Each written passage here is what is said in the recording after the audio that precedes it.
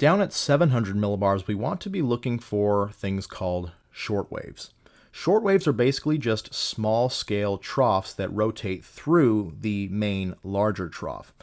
So for example, here is our main larger trough centered over the western half of the US, but notice all these little ripples in the flow that are rotating through the trough. I'll pinpoint them out here for you. There's one right in here. There's one kind of right in here across Wyoming into Colorado, down into New Mexico and West Texas. There's one right in here over the Great Basin down into Arizona, Utah, New Mexico, western Mexico.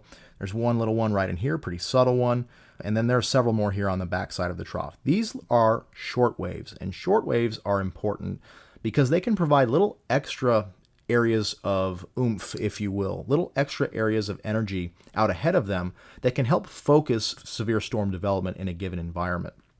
Getting home alive is the goal. That's why these rules matter. Free ebook link in description. So again, these short waves rotate through the main trough. The winds are kind of going like that through the main trough, and these short waves follow this direction and rotate through and out ahead of these short waves. So take, for example, this short wave here. I'll draw the axis through this short wave from Wyoming into Colorado and New Mexico and in West Texas.